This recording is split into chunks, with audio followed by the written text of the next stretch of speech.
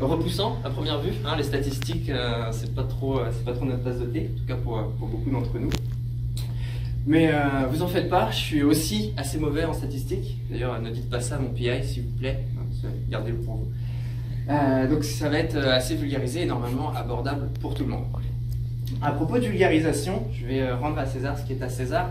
La plupart des travaux, enfin tout ce que vous allez voir ici, cette présentation est largement inspirée des travaux de Lin Nguyen Huang, docteur en mathématiques à l'école polytechnique de Montréal, qui enseigne actuellement à l'école polytechnique fédérale de Lausanne, qui est très connu sur notamment le web ou ailleurs pour ses vidéos ou ses conférences, et notamment aussi un livre qu'il a publié il y a 2 ans, qui s'intitule La formule du savoir, qui traite exactement de ce dont je vais parler aujourd'hui. Donc pour commencer, je vais vous parler de la crise de la reproductibilité. C'est peut-être quelque chose dont vous avez entendu parler, notamment, surtout les chercheurs. C'est un feu, on va dire, qui a commencé à prendre il y a 10 ans dans les sciences sociales, quand beaucoup de sociologues, psychologues sont aperçus que la plupart de leurs travaux n'étaient pas répétables. Donc suite à ça, il y a eu plusieurs comités d'experts de plein de domaines différents dans toutes les sciences qui ont commencé à essayer de voir si vraiment les travaux publiés passés étaient répétables. Ça a été bien résumé par Nature, dans un article de Nature en mai 2016. C'était un sondage en fait où ils allaient au sein justement de ces comités scientifiques pour savoir, pour prendre la température, on va dire. Et donc si certains scientifiques, notamment les chimistes, les physiciens, étaient vraiment assez confiants dans la reproductibilité de leurs résultats, il y avait 2-3 domaines un peu plus catastrophiques, entre guillemets, donc dans les sciences sociales, notamment psychologie, économie, etc., où parfois la reproductibilité tombait sous les 50%. L'année passée, j'avoue que j'ai mal fait mon travail, je ne me suis pas mis à jour, mais l'année passée, on estimait qu'à peu près 30% de tous les articles jamais publiés n'étaient pas répétables. Pour conclure, entre guillemets, leur article dans Nature, les viewers ont posé la question aux scientifiques qui s'interrogeaient, y a-t-il une crise de la reproductibilité? Et dans la grande majorité des cas, les scientifiques étaient d'accord pour dire que oui, nous avons un problème de répétabilité. Ce feu a commencé à se propager dans la sphère élitiste des mathématiques, et notamment les statisticiens qui ont commencé à un petit peu paniquer. Ils ont commencé à nous dire, oui, là on a un problème sur notre démarche scientifique, sur comment est-ce qu'on fait de la science, et notamment comment on utilise les statistiques dans les sciences. Ce qui a mené naturellement à une crise des statistiques. Nature, une fois encore, a très bien résumé ça dans un papier en mars de l'année passée, donc il y a presque 1 an jour pour jour, intitulé « Le retrait de la significativité statistique », dans lequel on peut lire des passages un petit peu dérangeants et personnellement qui m'ont rendu un peu perplexe et choqué, tels que celui-ci. Nous ne devrions jamais conclure qu'il n'y a pas de différence ou pas d'association juste parce qu'une p-value est au-dessus d'un seuil. Ces erreurs gâchent les efforts de recherche et désinforment sur les décisions politiques. Nous ne devrions pas non plus conclure que 2 études sont en conflit juste parce qu'une a des résultats statistiquement significatifs et l'autre ne l'a pas. Bon, ça aurait pu en rester là, un article de Nature, signé par 800 chercheurs d'ailleurs. Mais parallèlement à ça, en mars 2019, aussi l'année passée, The American Statistician a publié tout un volume, avec beaucoup d'articles de statisticiens, donc, justement sur cette crise des statistiques. Notamment celui-ci qui pose un constat amer sur les statistiques. Dans leur introduction, ils nous disent que les p-values ont de très mauvaises performances dans le rôle qu'on leur attribue. Elles confondent les tailles d'effets et la précision, et elles dépendent du plan d'expérience, même si celui-ci n'est pas suivi. Leur interprétation correcte est étrange, et elles sont inconsistantes avec des mesures plus intuitives des évidences statistiques. En pratique, ces défauts outrepassent très souvent les attributs positifs qu'on prête au p-value. Certains sont un petit peu moins subtils, disons, comme ce David du University College of London, qui nous dit assez simplement que selon lui, les termes significatifs et non significatifs ne devraient plus être utilisés. Du tout. La subtilité des mathématiciens. Alors je ne sais pas comment vous vous sentez face à ces citations, peut-être sorties de leur contexte, d'ailleurs vous n'en savez rien, mais moi ça m'a vraiment beaucoup dérangé, parce que les statistiques, l'air de rien, bon, qu'on les aime ou qu'on les aime pas, dans notre travail en tant que scientifique, c'est quand même vraiment très important. Et les p-values, on les utilise à peu près tout le temps. Les termes significatifs, je pense qu'à chaque lab meeting, on en sort des paquets de 10. Alors pour comprendre pourquoi on a toute une masse de statisticiens qui viennent nous dire « Ah, vous travaillez mal », il va falloir remonter beaucoup plus loin dans le temps. Sur les bases des statistiques, je parle du fréquentisme. Alors, le fréquentisme, c'est plus une philosophie des statistiques. Et je vais l'aborder sous l'angle avec une définition, et plus précisément une question un peu philosophique. D'ailleurs, j'aurais dû mettre un buste de philosophe, ça fait toujours plus pimp dans les présentations. Donc une question hautement philosophique, qu'est-ce qu'une probabilité? Je vais vous laisser 2-3 secondes pour y réfléchir, parce que l'air de rien, c'est assez difficile de faire une définition de la probabilité sans faire une définition tautologique, c'est-à-dire sans parler de chance, de probabilité d'un événement ou ce genre de choses. Alors des définitions d'une probabilité, il y en a beaucoup. Je vais prendre celle donc du fréquentisme, qui dit qu'une probabilité, c'est un état du monde, qu'on va appeler P.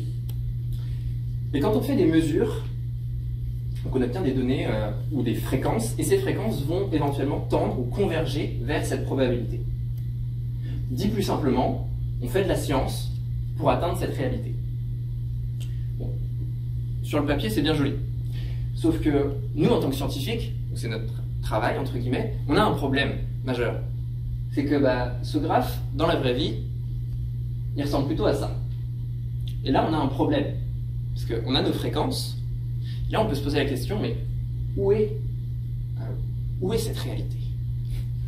Alors pour ça, il ne suffit pas de sortir de la matrice, malheureusement, donc on peut ranger nos boutons de cuir et nos lunettes noires. Mais plus sérieusement, on a vraiment un problème. Où est la probabilité que je cherche à mesurer? Et en fait, pendant longtemps, on n'avait pas vraiment d'outils efficaces. Et donc, une des méthodologies qu'on utilisait, c'était faire un très très grand nombre d'expériences, multiplier le n. Sauf que ça pose problème dans des domaines où on ne peut pas multiplier le grand nombre d'expériences, notamment en archéologie, en économie, en cosmologie. Et donc on n'avait pas vraiment de manière plus efficace que juste y aller au GBS, qu'on appelle ça le gros bon sens. Dans des cas c'est facile, par exemple là je peux affirmer sans trop sourciller devant vous que la probabilité que je cherche à mesurer elle n'est pas du tout là. Et il y a des cas où c'est un peu plus dur. Par exemple, est-ce qu'elle est ici? Peut-être, ou peut-être un petit peu plus haut. Mais plus haut ici? Ou entre les deux? Difficile de savoir. Et donc pendant plusieurs dizaines d'années, plusieurs siècles même, on peut dire, on était un petit peu dans le flou, jusqu'à ce qu'arrive un statisticien vraiment très célèbre, que vous connaissez tous plus ou moins, qui est arrivé avec une solution que vous connaissez tous, qui commence par un P. Évidemment, je parle des p-values, ou valeur P en français, que je vais continuer d'appeler p-value pour confort esthétique et par habitude. Alors, la p-value, elle prend racine dans le principe de réfutation de Karl Popper, qui est un philosophe des sciences britanniques, et qui nous dit qu'une bonne science est une science qui réfute. Là-dessus, donc Ronald Fisher, donc statisticien et généticien britannique lui aussi, a théorisé et mis en pratique cette p-value. Pour l'utiliser, vous connaissez tous le fonctionnement plus ou moins, je vais quand même prendre le temps de le répéter. Pour avoir la p-value, il faut partir d'une hypothèse nulle. On va poser une hypothèse sur le monde qu'on va appeler H0. Si cette hypothèse est vraie, on est censé obtenir une distribution des données, une belle loi normale centrée sur notre hypothèse. C'est d'ailleurs pour ça aussi que vous faites vos tests de normalité avant de faire vos tests statistiques normalement. Donc une fois qu'on a posé ça, on prend nos mesures, on fait nos données, etc. Et ce qu'on cherche à faire, c'est obtenir quelque chose de totalement différent. Pourquoi? Parce qu'on cherche à réfuter H0, principe de réfutation de Karl Popper. Et la p-value va nous dire à quel point cette H0, cette hypothèse fausse, est réellement fausse. Donc pour ça, comment ça marche? Je vais retracer la courbe de distribution de tout à l'heure, centrée sur H0. Donc c'est une courbe de distribution de probabilité tout à fait normale. Vous la coupez en deux, vous avez 50% de chance, 50% de chance de l'autre, d'un côté et de l'autre. Donc la première chose qu'on va faire avec cette distribution des données, c'est fixer un seuil. Donc si on prend par exemple un seuil à 5%, on va aller additionner, on va faire un truc compliqué, ça s'appelle faire une intégrale. J'ai jamais vraiment très bien compris comment ils faisaient ça. Ils additionnent toutes les petites probabilités extrêmes en partant du bout jusqu'à obtenir 5%. Ici, l'air en bleu, là, est égal à 5% de l'air sous toute la courbe verte ici. Donc là, on a notre seuil de 5%. Ensuite, donc on fait notre test statistique qui va nous dire ah bah, votre p-value tombe ici. Et donc pour connaître la valeur de notre p-value, on fait exactement la même chose. On additionne les probabilités extrêmes. Donc ici, l'air en vert correspond à 2% de l'air sous toute la courbe, donc on a une p-value de 2%, ou de 0,02. Alors c'est une méthode assez simpliste, assez pratique, parce que si notre p-value est inférieure à notre seuil, on peut dire, bah, on peut rejeter H0. Parce que, en réalité, la p-value va nous dire quelle est la probabilité qu'on obtienne les données qu'on a si H0 est vrai. Donc là, 2%, ça veut dire que par hasard, on aurait eu seulement 2% de chance d'obtenir nos données, ce qui est très très improbable, donc on peut rejeter H0. C'est une méthode élégante, diraient les mathématiciens, assez simple à mettre en pratique, puis très efficace. On prend une hypothèse, on la teste, on la rejette, on en prend une autre, etc. On peut même tester une même hypothèse plusieurs fois. C'est comme ça qu'on fonctionne. Et si vous vous souvenez de mon intro, là vous allez vous poser une question. Il est où le problème dans tout ça? Pourquoi est-ce qu'on a une masse de statisticiens qui viennent nous dire « Ah, la p-value ». En fait, le problème a été très bien illustré par une maxime de Charles Goodhart, un économiste britannique du XXe siècle, qui a énoncé une maxime assez simple. C'est que quand un indicateur devient un objectif, il cesse d'être un bon indicateur. Vous l'avez expérimenté dans la vie de tous les jours, plus ou moins. Et il s'applique aussi à la p-value, parce que c'est plus seulement devenu un indicateur pour nous dire si H0 est vrai ou pas, enfin si on peut rejeter H0 ou pas. C'est devenu un objectif dans nos recherches. On veut ces résultats significatifs. C'est pour ça qu'on travaille en réalité. Et ça amène tout un tas de petits problèmes qu'on peut séparer en 4 catégories que je vais détailler ici après. Première, c'est le p-hacking, dont vous avez tous entendu parler sans vraiment le savoir. La deuxième, c'est le fameux biais de publication. On a aussi l'attrait de l'effet et les contre-intuitifs rejets des modèles et des a priori. Donc le p-hacking, dans un premier temps, donc rien à voir avec l'informatique, c'est toutes les petites méthodes qui permettent à quelqu'un d'obtenir des résultats significatifs, alors que normalement il ne les aurait pas eu.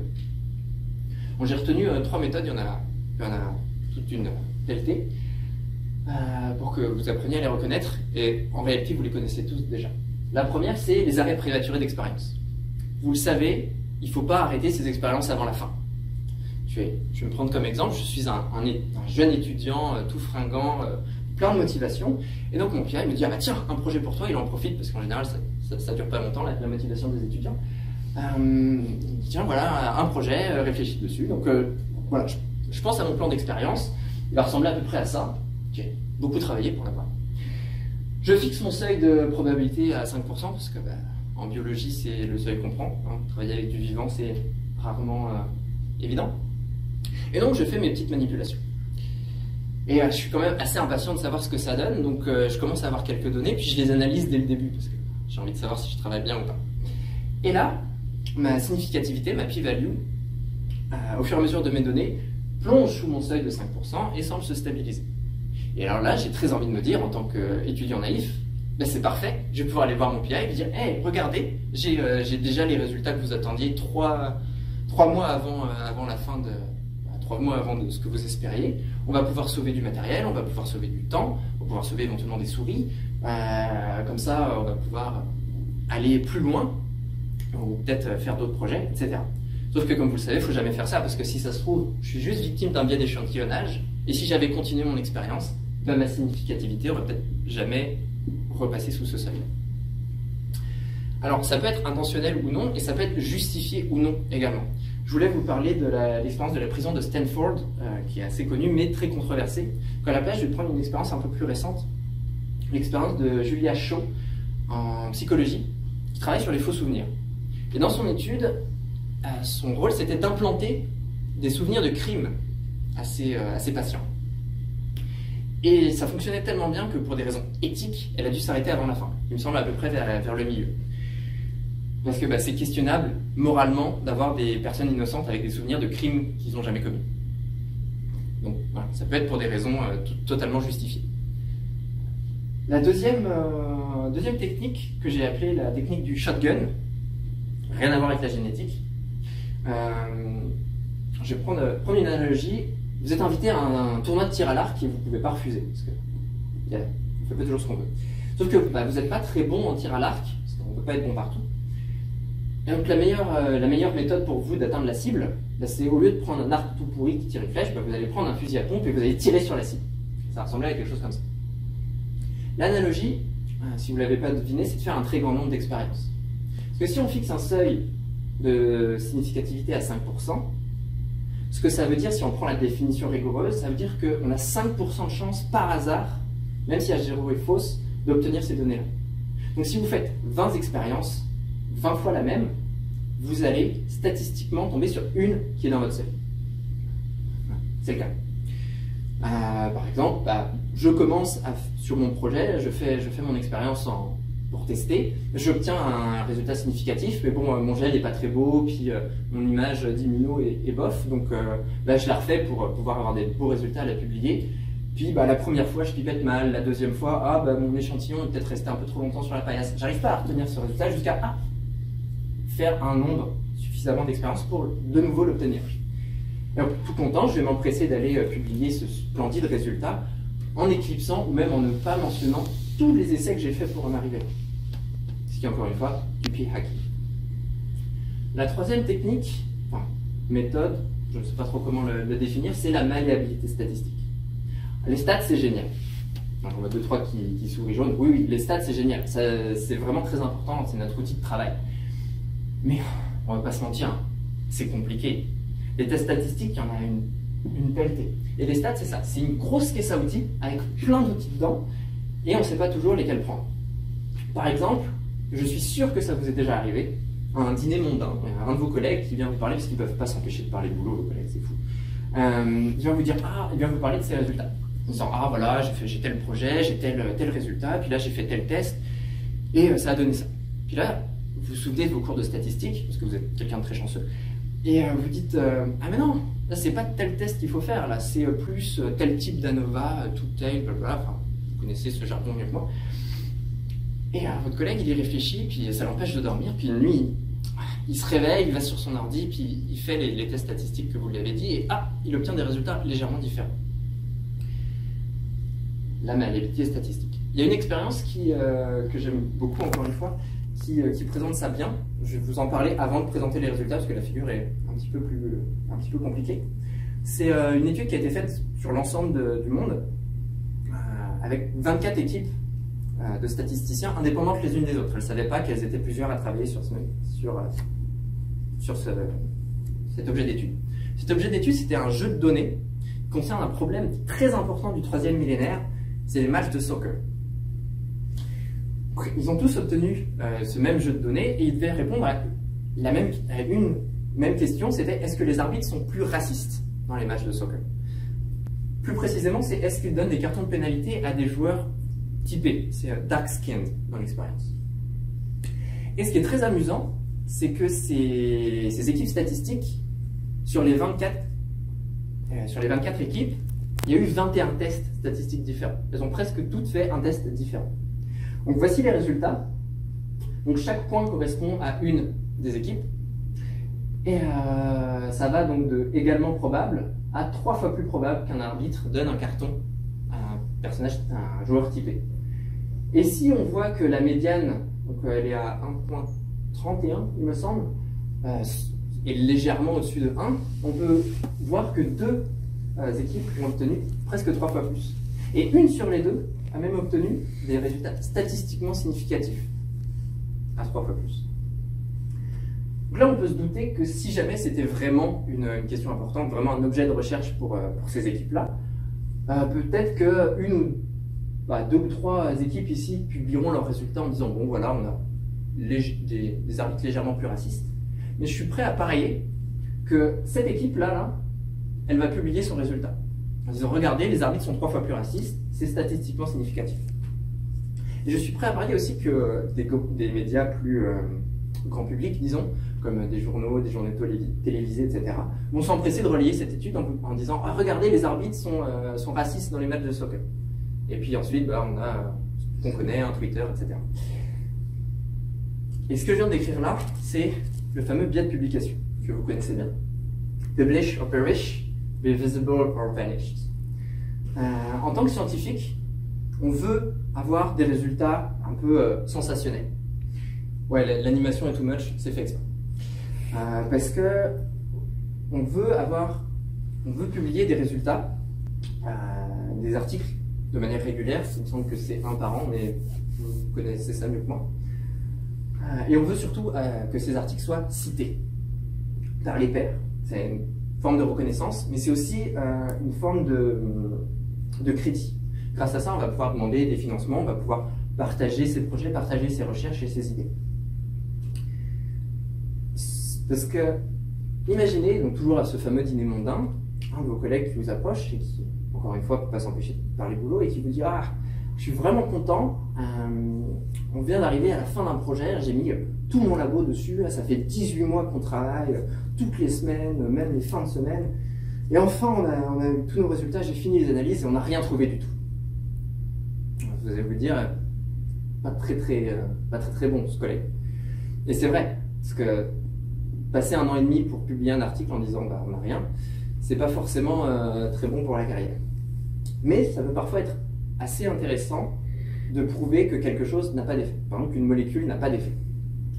À propos d'effet, attention les yeux pour la diapositive suivante, un peu plus lumineuse, la prédisposition à l'effet. Souvent en science, ce qu'on cherche à faire, c'est montrer que telle chose a tel effet sur telle autre. Donc moi je suis un tout nouveau PI, j'ai monté de grade depuis le début de la présentation, et j'ai un tout nouveau lab. Bon, alors j'ai pas beaucoup de financement, c'est ma première année, donc c'est un labo un peu cheap. Et j'essaye de voir si X a un effet sur Y. C'est un problème très important. Donc dans mon labo, j'isole X et Y, je fais mes analyses, je fais mes mesures, etc. Et au bout d'un moment, ça y est, j'ai enfin mes résultats avec une p-value super faible, un très grand nombre d'échantillons, c'est ultra répétable. Je suis vraiment très content de moi, je vais pouvoir aller publier ça. Sauf que dans le vrai monde de la réalité véritable, les choses sont un petit peu plus complexes que juste X et Y. Notamment qu'on connaît bien en biologie, il y a tout un tas d'autres réactants qui forment des interactions, des rétroactions dans tous les sens. Souvent, on bouge un paramètre dans nos souris, puis il y a tout qui part dans tous les sens, puis on regarde les résultats et on se dit « Non, je comprends rien. » Parce que oui, X a un effet sur Y, j'ai réussi à le mesurer. Mais dans la vraie vie, voilà, il y a tout un tas d'autres effets qui peuvent effacer, qui peuvent noyer cet effet-là. Et on peut même partir du principe que tout a un effet sur tout. Par exemple, cette splendide télécommande a un effet gravitationnel sur vous, monsieur, là-bas, tout au fond, au dernier rang. C'est juste qu'il est tellement ridiculement faible qu'il est noyé par tous les autres effets gravitationnels, la Terre, votre voisine, etc. Et pour ça, on a un splendide outil qui nous permet de mesurer justement cet effet-là, c'est la taille d'effet. Et le problème, c'est qu'en regardant juste la p-value confond précision et taille d'effet. Ce qui fait qu'on perd cette information-là.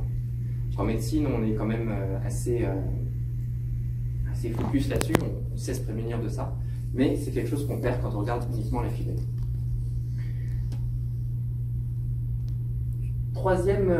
Quatrième problème, c'est le rejet des modèles.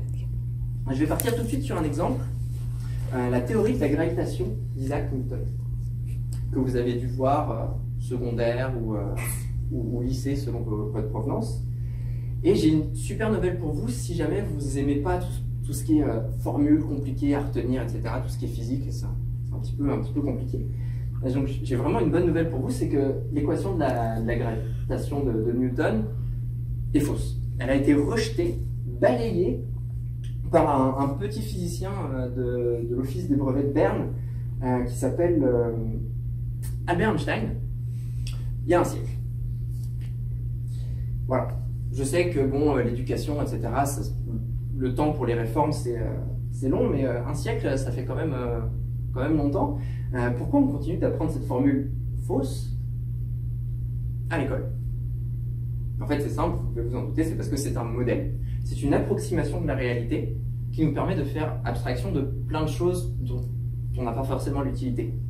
Alors, pour des calculs simples de gravitation, cette formule-là marche très très bien, même si elle est incomplète. Il y a une super maxime d'un statisticien britannique, encore une fois, George Box, qui nous dit que tous les modèles sont faux, mais certains sont utiles. Et c'est vrai, les modèles nous permettent d'aller plus loin, de construire notre savoir, puis de comprendre des concepts plus aisément. Mais tous les modèles sont faux, ce sont des approximations. Sauf qu'une science par p-value rejette les hypothèses fausses.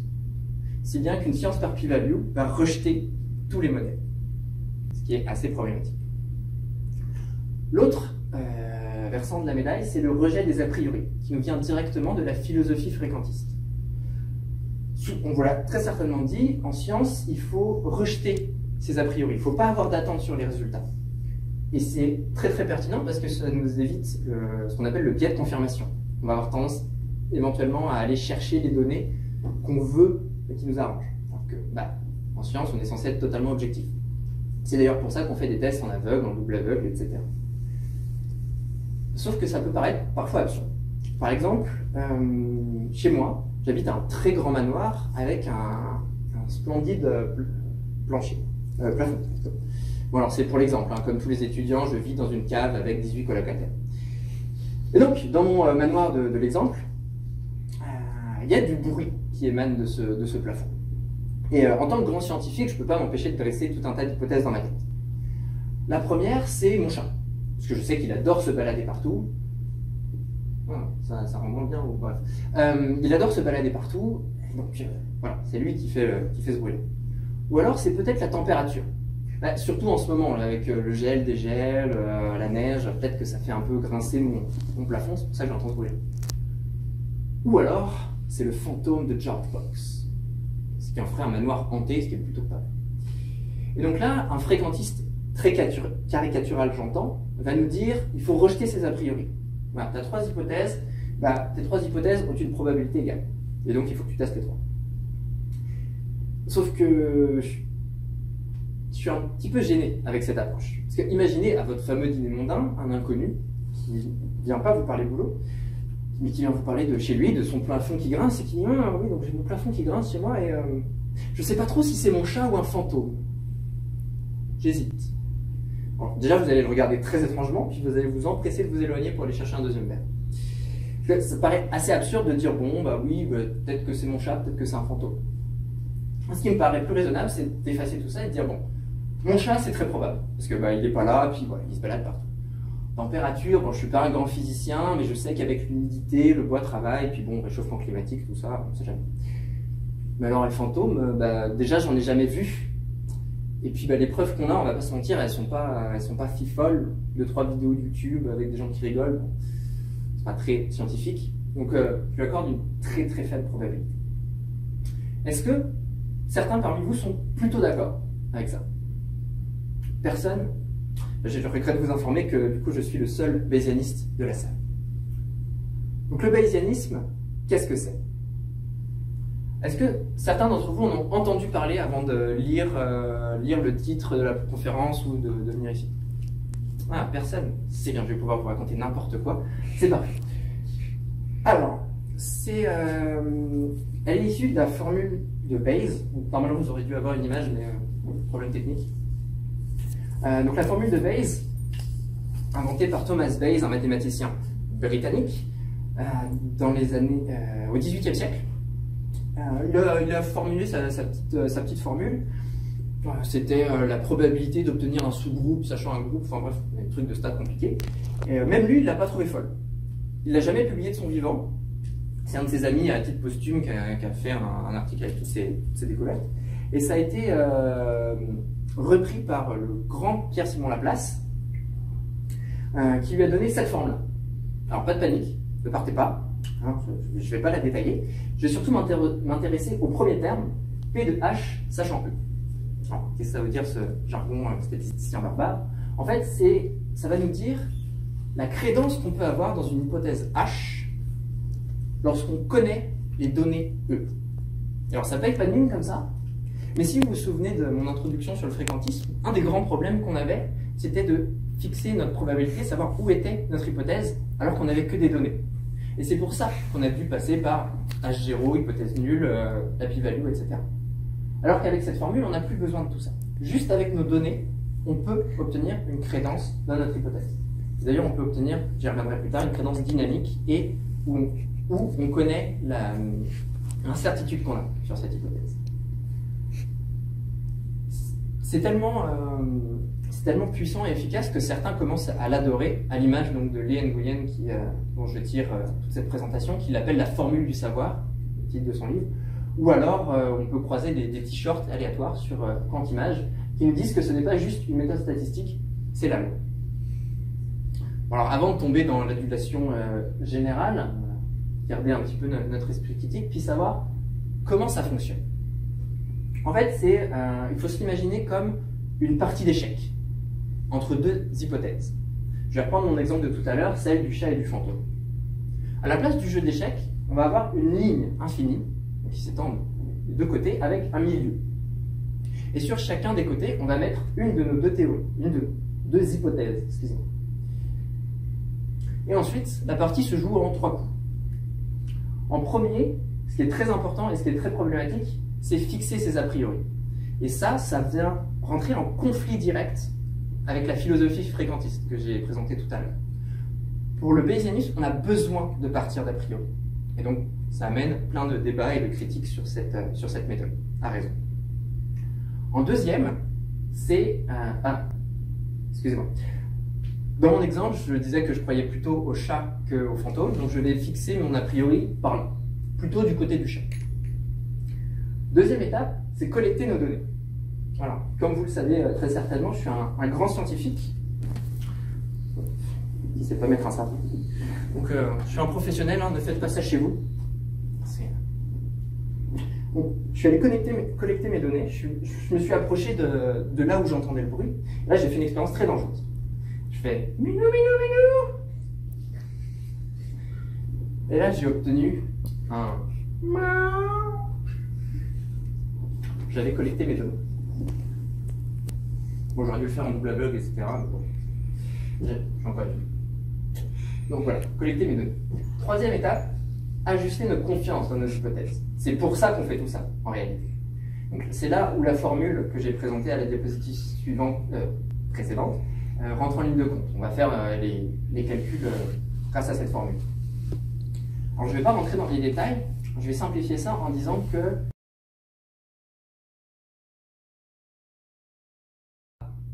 en découvrant nos données dans l'une ou l'autre hypothèse. Là, par exemple, j'ai obtenu un miaulement. Si jamais c'est mon chat, là, je ne suis pas très surpris que ça soit un miaulement, parce que les chats miaulent, presque tous. Dans le cadre du fantôme, bon, déjà, si jamais ils existent, ça me paraît quand même vachement improbable qu'un fantôme miaule. Pourquoi il miaulerait et il ne ferait pas d'autre bruit? Donc je suis plus surpris que ça soit le fantôme que le chat. Donc je vais déplacer mon curseur de crédence du côté du chat. Donc c'est la formule de Bayes avec des calculs qui va me donner de combien je le décale.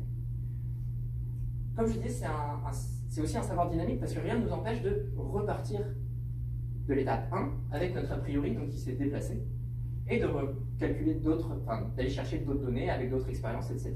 Un grand nombre de fois. Ce qui nous permet donc d'avoir un savoir dynamique qui change en fonction des données qu'on a, des nouvelles découvertes, des nouveaux paradigmes, etc.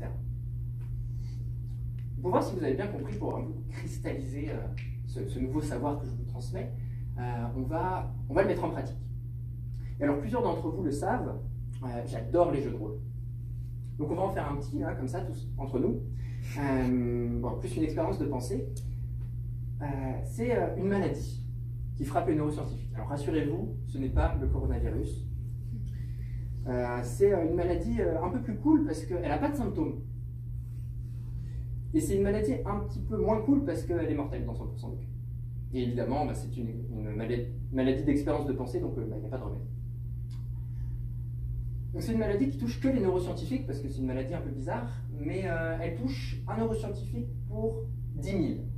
Donc ça va, on est plutôt tranquille. Mais quand même, ça vous travaille un petit peu, parce que vous dites, bon, une maladie mortelle, si je l'ai, bon, va peut-être falloir que je change mon testament, ou ce genre de choses.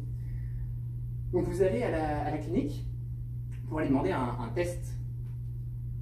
Merci. Pour aller demander un test biologique. Et alors là, le clinicien vous vend un peu son test en vous disant, ah oui, c'est à la pointe de la technologie, vraiment très très fiable, 99,9%, c'est fait par des scientifiques, pour des scientifiques, c'est vraiment très bien, vous l'écoutez à moitié, et vous, ce qui vous intéresse, c'est le résultat. Donc vous faites votre test, prise de sang, etc. Donc vous attendez dans la salle d'attente un petit peu anxieux quand même. Et puis, donc le clinicien revient vous voir et vous informe que vous êtes positif. Bon, bah, c'est une très mauvaise journée pour vous, je suis désolé. Vous rentrez chez vous un petit peu travailler, etc. Vous y réfléchissez. Puis là, vous dites, bon, ok, est-ce que je suis vraiment malade? Parce que oui, le test me l'a dit. Mais quelle est la confiance que j'ai dans cette hypothèse, je suis malade? Donc là, je vais vous demander un petit peu de participation, je suis désolé. Qui parmi vous pense être malade à 99% de risque ou plus? Donc moi, je vais lever la main parce que quand j'étais à votre place, c'est ce que je pensais. On est quoi? 3, 4, 5? 5? Ok. Merci beaucoup.